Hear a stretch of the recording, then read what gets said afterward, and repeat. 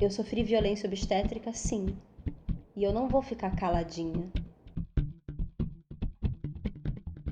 Quando faltava ali uns 10 minutos para o meu parto terminar, eu lembro que eu já estava bem cansada, óbvio, e eu disse: chega, eu não quero mais, vamos fazer uma cesárea, eu já tô cansada, eu não consigo fazer isso, eu não sou capaz de fazer isso. E aí o meu marido pegou a minha mão e disse: amor, lembra quando você estava estudando parto, que você disse para mim que existe um momento chamado momento da covardia, em que a mulher sempre acha que ela não vai conseguir, que ela tá muito cansada, que ela não é capaz, e que isso significa que tá perto do bebê nascer? Lembra que você me pediu para te lembrar disso, para não deixar você desistir? E aí eu falei a verdade, eu disse isso para ele. E aí eu não desisti. Falei, eu não vou desistir. Eu já cheguei até aqui, falta muito pouco e eu vou continuar. Eu tô cansada, mas isso quer dizer que já tá na hora do meu filho nascer. E aí a médica falou pra mim, fica tranquila, já tá acabando, eu vou te ajudar. Seu bebê vai nascer e eu vou te ajudar. Só que eu não sabia qual que era a ajuda que ela ia me dar. E eu vi ela puxar um fórceps. E imediatamente eu falei, não, mas por que eu preciso de um fórceps? Tá tudo bem comigo? Tá tudo bem com o meu filho? E ela falou, tá tudo ótimo, não tem problema nenhum com seu filho, tá tudo bem, mas daqui 10 minutos eu não sei se vai estar. E aí, o que você faz nesse momento, né? Eu tava ali deitada em posição ginecológica e a médica sentada na minha frente, preparando tudo, porque eu já tinha atingido 10 de dilatação e meu filho ia nascer. E eu lembro que eu senti uma dor aguda, uma dor muito forte, como se alguém estivesse me beliscando com muita força. E aí eu falei, nossa, o que você tá fazendo? Tá doendo muito, para. Ela falou, não tô fazendo nada. Eu tô só te preparando pro seu filho nascer. Eu falei, não, mas o que você tá fazendo? Você tá me cortando? Ela falou, não, não tô te cortando. E ela levantou os braços. Eu falei, o que você fez? Você fez uma episiotomia? Ela falou, não, não tô fazendo nada. Só que eu tava sentindo uma dor que pra mim era uma dor de corte. Mas eu nunca vou saber se ela fez uma episiotomia ou não, porque apesar de ser um procedimento desnecessário, ele é usado tão rotineiramente que isso nem é mais anotado nos prontuários.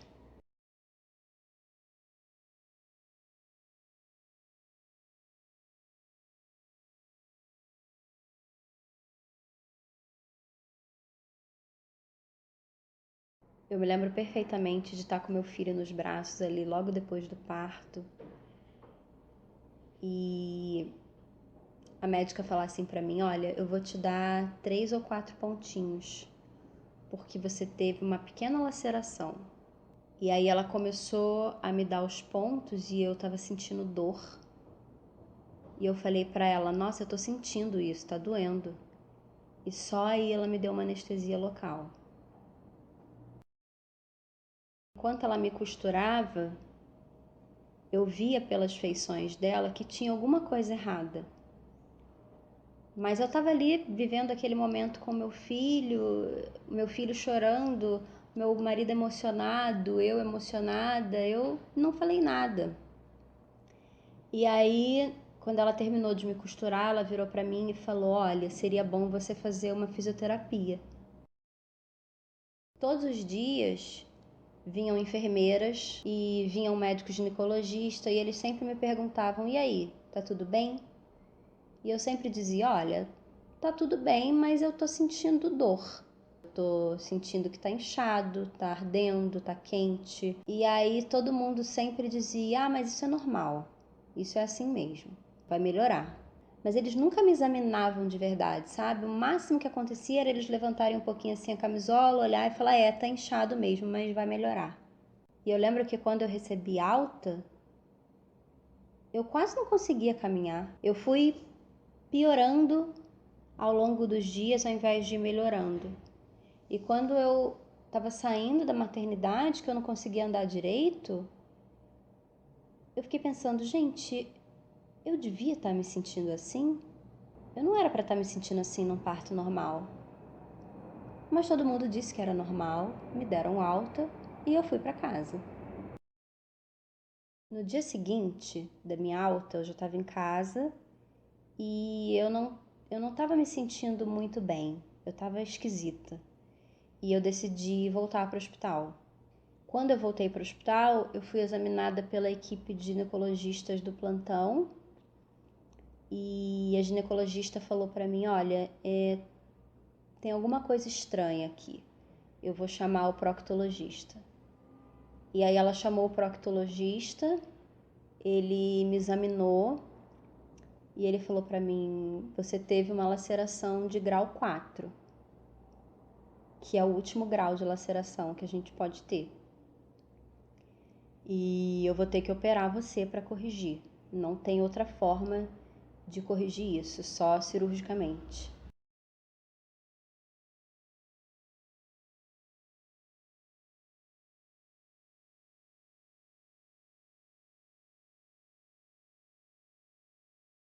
E aí ele começou a me explicar o que era uma laceração de grau 4, com desenhos, enfim. E ele foi muito didático, o que foi bom, mas ao mesmo tempo foi aterrorizante, porque ficava muito óbvio para mim a gravidade da situação.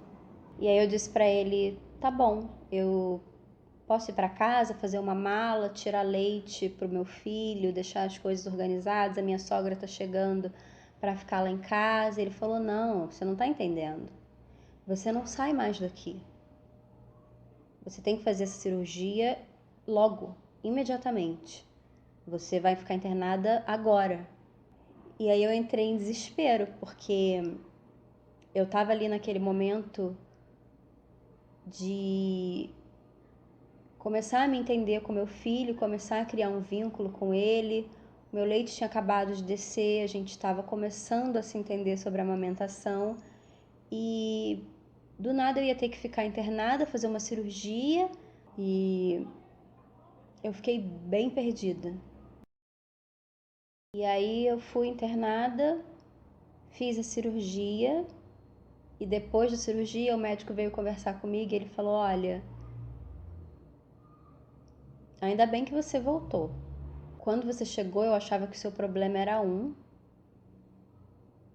E aí, na sua cirurgia, eu vi que era bem mais sério do que eu imaginava. Você quase ganhou uma bolsa de colostomia.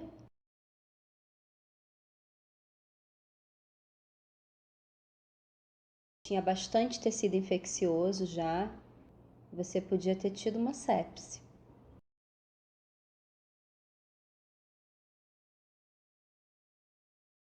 Se você fosse uma pessoa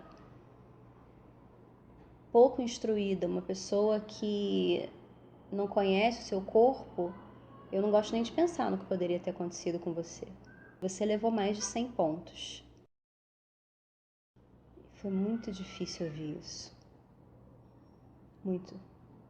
Quando eu cheguei em casa, a amamentação estava completamente destruída. Eu tinha ficado 5 dias internada e o meu filho estava sendo alimentado com fórmula esse tempo. A gente se via todos os dias enquanto eu estava internada, mas era algumas horas durante a tarde e aí eu não conseguia amamentar ele da maneira como eu gostaria. Então eu chamei uma consultora de amamentação para me ajudar, porque o meu objetivo era desmamar totalmente a fórmula e deixar ele só no peito. E aí a consultora veio, me ajudou muito, foi muito empática, foi muito...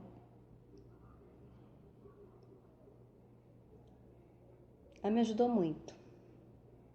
E ela me sugeriu uma coisa que se chama relactação, que é para aumentar a produção de leite enquanto você desmama a fórmula do bebê. E aí a gente passou as próximas semanas ali nesse processo que não é fácil, não é confortável, não é simples, mas funciona.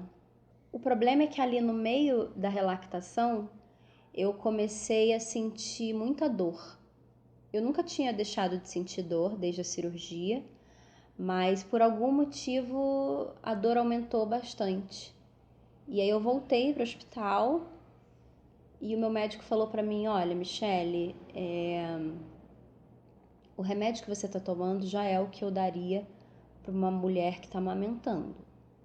Mas se ele não está funcionando para você, a gente precisa fazer alguma coisa, porque você não merece sentir mais dor. E eu de fato não merecia sentir mais dor do que eu já tinha sentido até ali. E eu saí de lá com uma receita de um medicamento incompatível com a amamentação. E eu passei bem ali uma semana olhando para aquele remédio sem saber o que fazer. Porque ao mesmo tempo que eu sabia que ele era a solução para minha dor, eu também sabia que ele significava que o meu filho ia ser desmamado com muito pouco tempo de vida. E eu não queria desmamar o meu filho. E aí eu fiquei ali muito tempo sem saber o que fazer. Até que teve um dia que eu estava olhando para o meu filho e eu estava sentindo muita dor. Era uma dor que me deixava desnorteada. E o meu filho estava tão alheio a tudo aquilo, ele só estava feliz de estar ali comigo. E eu sentia que eu não estava aproveitando aquilo. E eu estava tão ausente, apesar de estar ali, eu estava tão ausente dali. E eu não conseguia pensar em nada além daquela dor que eu estava sentindo. E daí eu fiquei pensando, que tipo de mãe que eu tô sendo, né? Eu não tô sendo nem de longe a mãe que eu sonhei que eu queria ser.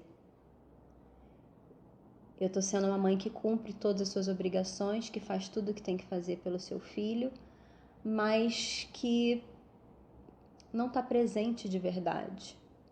Eu não tô aqui. Eu não tô vivendo nada disso aqui. Eu não tô aqui com meu filho. Meu filho tá aqui sozinho.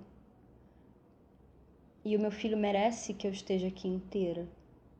E eu mereço ser inteira de novo. E aí eu decidi que eu ia tomar o remédio e que eu ia desmamar o meu filho.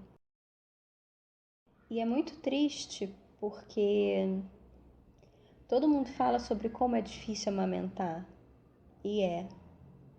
Mas ninguém fala sobre como é difícil não amamentar.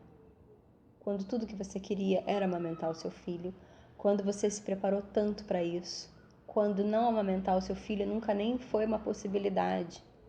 É muito triste você ter que abrir mão de uma coisa que é tão básica e você sabe que é tão importante para o seu filho, para tomar um remédio que também é muito importante para você, para acabar com uma dor que está te dilacerando, que está te partindo ao meio, mas que você não precisaria estar tomando se as pessoas que estavam ali para cuidar de você no momento mais importante da sua vida, no momento mais delicado da sua vida, tivessem te tratado com o respeito que você merece. Se você não tivesse sido negligenciada, se você não tivesse sido tratada como mais uma num leito, se a sua médica tivesse tido paciência, se não tivessem sido feitas intervenções totalmente desnecessárias, se as pessoas tivessem te examinado adequadamente, se não tivessem te tratado como um pedaço de carne no açougue. Além da dor física, tinha uma dor emocional tão grande de estar me sentindo violada. Eu me sentia muito humilhada por aquela situação toda. E eu sentia que ninguém era capaz de entender o que tudo aquilo ali significava para mim, sabe? É muito humilhante você levar 100 pontos por causa de uma decisão errada do seu médico. É muito difícil você pegar o seu prontuário médico e você levar para um outro médico avaliar e ele dizer assim para você, olha, você tem toda a razão. Você não precisava de um parto fórceps.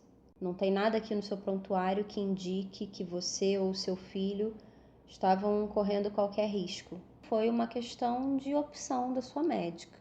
Indicação mesmo não tinha. E sim, pode ter sido isso que causou a sua laceração. Ou uma episiotomia que a gente não tem como saber se existiu. E a própria episiotomia já é uma laceração grau 3. Mas se você disser para qualquer pessoa que eu te disse isso, eu nego, porque eu não vou me indispor com um colega. É muito difícil você ouvir isso. E é mais difícil ainda você depois procurar um advogado e o advogado analisar o seu prontuário também, um advogado que é especialista em casos médicos, em violência obstétrica, e esse advogado falar para você, você tem toda a razão, mas é muito provável que você perca, simplesmente porque os juízes são muito machistas e entendem bem pouco de causas médicas, então eles tendem a acreditar que o médico fez o que ele tinha que fazer. Ele é incapaz de julgar caso a caso. Você provavelmente vai ser ridicularizada, vai ser ainda mais humilhada, vai se sentir ainda mais violentada do que você já está se sentindo agora.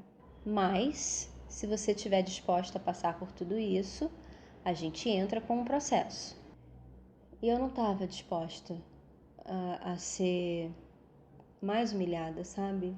Só que isso estava me fazendo um mal tão grande, assim, pior do que toda a questão médica, estava me fazendo mal ficar calada. Estava me fazendo muito mal guardar isso para mim, sabendo que todo dia mulheres sofrem todo tipo de violência durante os seus partos e elas não têm ideia de que aquilo ali é uma violência com ela, com o corpo dela. Ela não tem ideia. Assim como os juízes, elas acreditam que tudo que um médico faz é ok, porque ele é médico. E se ele é médico, ele sabe o que ele está fazendo. Não! Quando o médico faz uma escolha que machuca a mim, e ele tinha outras opções, mas ele preferiu fazer aquela escolha ali por qualquer razão, porque é mais fácil, porque ele está mais acostumado, porque ele acha que é assim que é o ideal, ele está me desrespeitando, ele está violando o meu corpo, não está certo. Quando o médico decide fazer qualquer procedimento sem me avisar, ele está me violentando. Quando um hospital me dá alta sem me examinar, ele está sendo negligente. Eu pensei muito se eu ia falar sobre isso assim abertamente, porque é um assunto muito íntimo, é muito delicado e ao mesmo tempo que eu sei que vai ter pessoas que vão me dar super apoio, como já tem, pessoas que super me incentivaram a fazer esse vídeo, eu também sei que eu vou ser muito julgada. Eu sei que vai ter gente para dizer, tá vendo? Por que não fez uma cesárea? Eu sei que vai ter gente para dizer, ué, mas o médico é que sabe o que tem que fazer.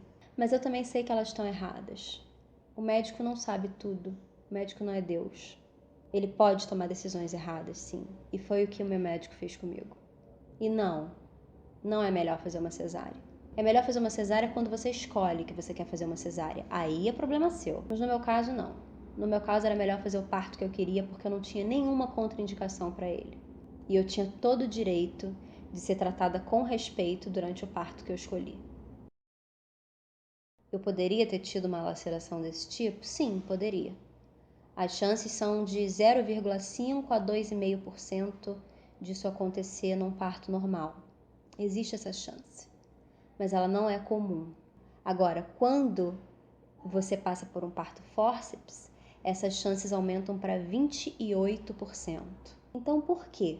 Sabendo que a minha chance crescia de 2,5% para 28%, por que ela fez um parto fórceps sem indicação? Porque é assim que funciona. Eu não sei qual que é a conclusão desse vídeo. Talvez não tenha. Mas eu sinto que eu precisava fazer ele para superar isso. Eu sinto que eu precisava dizer o que eu disse aqui. Eu quero que outras mulheres que estão grávidas, que estão se preparando para passar por um parto, que elas tenham em mente que elas precisam, você precisa lutar para ser a protagonista do seu parto. Seu parto é seu. Você precisa exigir ser tratada com respeito. Você precisa estar preparada para lutar pelo seu parto. Você precisa estar mais preparada do que eu, porque eu estava muito preparada. Muito. E não foi o suficiente. Eu sei que não é justo, que nesse momento você ainda precisa se preocupar com isso. Uma coisa que deveria ser natural, que deveria ser um seu direito. Mas a gente precisa. A gente precisa. E eu queria que você, que passou por algum tipo de violência no seu parto, falasse sobre isso. Criasse coragem de falar sobre isso. Porque a gente tem medo de falar e de ser julgada e de estar se expondo demais, mas tem algumas coisas que elas só começam a mudar quando a gente expõe claramente. Tenha coragem de falar. Você não é a única que passou por isso. E infelizmente você não vai ser a última. Enquanto a gente não falar sobre isso. A gente precisa falar sobre essa dor. A gente precisa falar sobre violência obstétrica, porque ela existe e ela dói muito. Só quando a gente passar a falar disso abertamente, claramente, sem medo de incomodar, é que as coisas vão começar a mudar. E a gente precisa que as coisas mudem, porque a gente não merece passar por isso. Eu sofri violência obstétrica sim, e eu não vou ficar calada. Eu não vou ficar calada.